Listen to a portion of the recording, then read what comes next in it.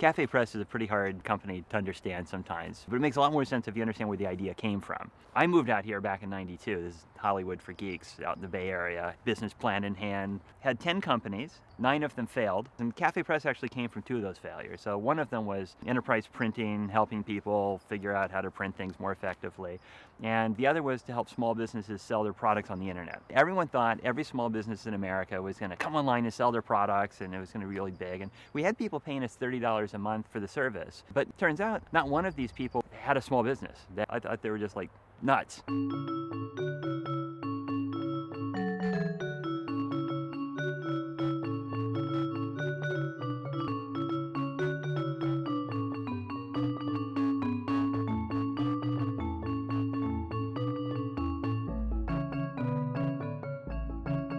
I had this kind of Reese's peanut butter cup moment where I thought, well, if we take the failed printing company and you take the failed help small businesses sell things online company, and you help people sell things online that we could make on demand so they didn't actually have to have the things or take payments or do anything, then that could be a pretty neat, cool business idea. I love cars and vehicles of all sorts, and we saw a picture of the Multipla, and so we had to go get one of these Fiats. You haven't seen many of them, but folks who do know them tend to have a real connection to them. I was picking up some food one night, and this gentleman came out. He was from Vietnam, and he was just staring at the car, just really quiet, just fixated. And then he went and he got his son, who was probably about 8 or 9 years old, and brought him over. And he was really showing him everything, and he was really emotional. He had told the story of this car to his son over the years, but had never seen one since he'd left Vietnam. And his father had driven him to the airport in one of these. And that's the last time he ever saw his dad. What this car symbolized, that last moment of leaving one world and coming to another one. It was a pretty interesting moment I wouldn't have ever shared with someone if I hadn't been driving this. CafePress is kind of like that in a lot of ways. It's not about wearing a shirt or drinking from a mug, it's about what's on it and what it means. And you're bringing this kind of secret piece of your life out to the public, which often spurs these connections.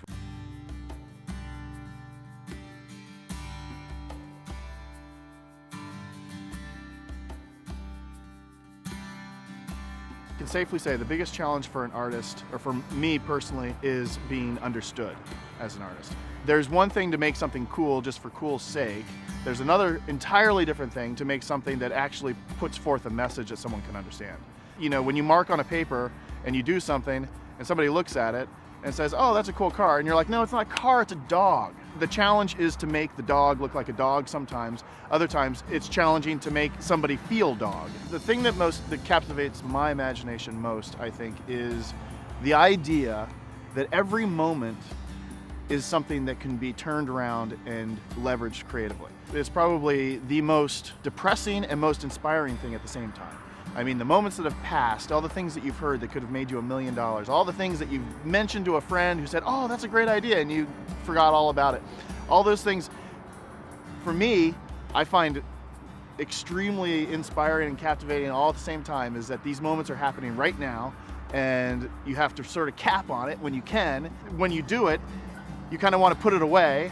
And now, with the internet, you have places to put these things. My store on CafePress is something that my head is just exploding about right now. You know, it just basically is giving you a blank page. I put a lot of things for sale in there, and now I have to go through and sort of pick and shape it, and shape the experience of going into my store a little bit more. But right now, it's such a creative open space for me that it's almost more than I can handle. That's Culture here with a K. Does that look like an H?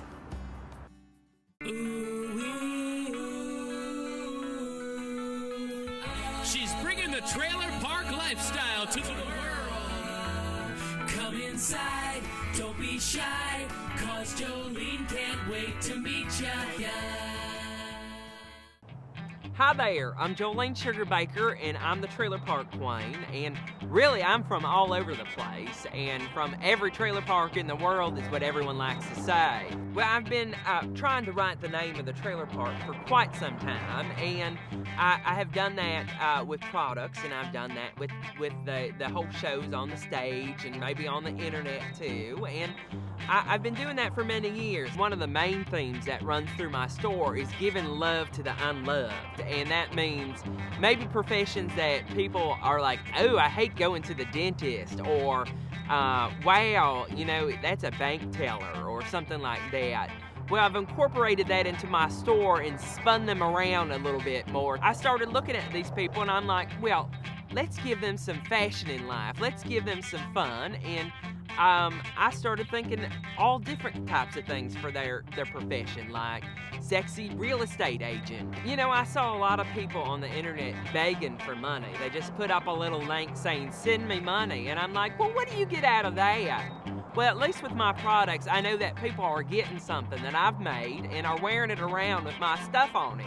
My images, my designs, things like that. And that means something to me because they're getting something for supporting me and supporting my mission. And it's not cheap to put together your own little show on the internet or keep up everything, like web costs and marketing. You have to do that all on your own when you're on your own. I think there needs to be more love in the world. I think people need to be a lot more nicer in the world. And if I can help make that happen just a little bit, that makes me feel a lot better.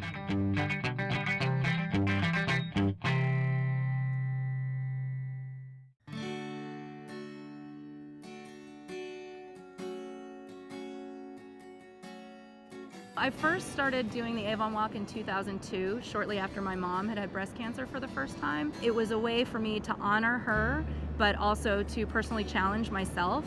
In order to participate, you had to raise at least $1,800, and I had never done any significant fundraising before in my life. I actually ended up raising $4,400 the first time that I walked, and then the second time that I walked, I ended up raising $7,800. So then I was kind of trying to find ways to sort of expand my fundraising efforts, and so I was trying to find ways to reach out to people who may not be my own personal contacts, but people who might have an interest in the cause and given a little bit of an incentive, you know, something to buy, something that they would get for their donation, that would be a way to reach out to new people to raise money. The following year, I ended up walking all 8 of the Avon Walks around the country, and my goal that year was to raise $25,000. I made a bunch of different t-shirts kind of tied in specifically with my goal that year, so I figured I was walking 314 miles.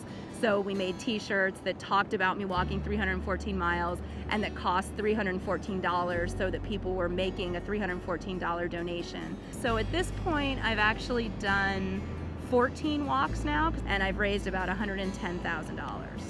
I guess for me, social expression is, you know, it's sort of like the cliche, wearing your heart on your sleeve. It's really wearing a message that represents a part of you that everybody can see and they can tell what's really important to you.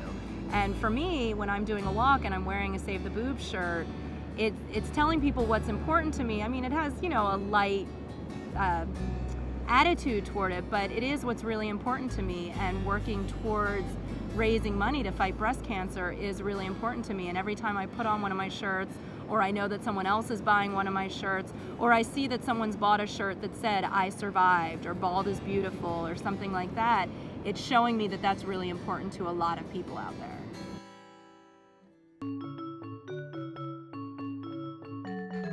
From day one, when we started the company, really didn't know who would use it or where it would go. And 10 years in, I have to say, still not entirely sure where it's going to go. I'm just as confident today as I was then that it's going to go. There's still so much passion behind what people are putting into their products and their shops and what they're trying to do. It's not about the shirt, it's about what's on it. It's about expressing yourself. If you put it on your bumper, it's about trying to make a statement, change the world, and influence people's thoughts, or it could be about what you're into and a connection you're trying to make to someone. When you think about all the different ways people can connect to each other or point of views they want to express, that's at the heart of what CafePress does, and I think we're at the heart of that trend.